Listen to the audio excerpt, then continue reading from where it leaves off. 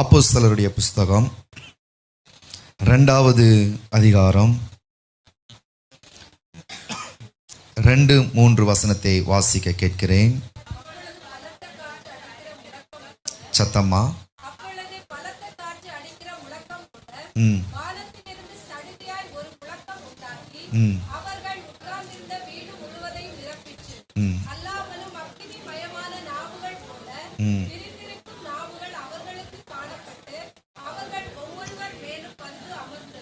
அல்லேலூயா, அல்லேலூயா, ஆமென். நமக்கு தெரியும் 120 பேர் மேல் வீட்டறையில் காத்திருந்தாங்க, அப்படிதானே? 120 பேர் மேல் வீட்டறையில் காத்திருந்து ஒரு மனமாய் ஜெபித்து கொண்டிருக்கிறார்கள். ஆனால் பலத்த காற்று அடிக்கிற முழக்கம் போல் வானத்திலிருந்து சடிதாய் ஒரு முழக்கம் உண்டாகி அவர்களை நிரப்புவதற்கு முன்பதாக அந்த வீடு முழுவதும் நிரப்பிற்று. அல்லேலூயா, வீடு முழுவதையும் நிரப்பிற்று.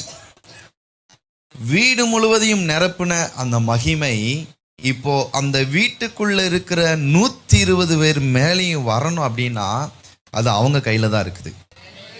அல்லேலூயா, ஆமென். இங்க தேவனுடைய ஆலயம் தேவனுடைய மகிமையினால் நிரம்பி இருக்கிறது. அவருடைய வஸ்திர தொங்கலினால் ஆலயம் நிரம்பி இருக்கிறது. இந்த மகிமை நம்முடைய வாழ்க்கைக்குள்ள அல்லது நமக்குள்ள வரணும்னா அது நம்ம கையில தான் இருக்குது. அல்லேலூயா, ஆமென். வசனம் சொல்லுகிறது 3வது வசனத்துல பாருங்க.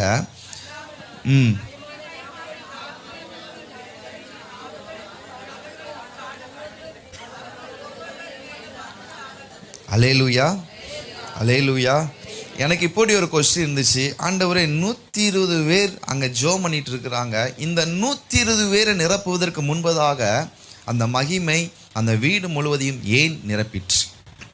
அல்லேலூயா, ஆமென். அடுத்த வசனத்தில் வாசிக்கும் பொழுது அல்லாமலும் அக்கினிமயமான நாவுகளைப் போல பிரிந்திருக்கும் நாவுகள். நல்லா கவனிங்க. தேவனுடைய மகிமை இந்த ஆலயத்தை நிரப்பி இருக்கிறது. இங்கே பிரசங்கிக்கப்படுகிற ஒவ்வொரு வார்த்தைகளும் இந்த ஆலயம் முழுவதும் இருக்கிறது. இங்கே இருந்து வருகிற தீர்க்க தரிசன வார்த்தைகள் எல்லாம் இந்த ஆலயம் முழுவதும் நிரம்பி இருக்கிறது. அல்லேலூயா. ஆனால் இந்த வார்த்தையை நம்முடைய வாழ்க்கைக்குள்ள கொண்டு வருவதும் இல்லை இங்கே விட்டுட்டு போகிறதும் நம்ம கையில் தான் இருக்கிறது. அல்லேலூயா, ஆமென்.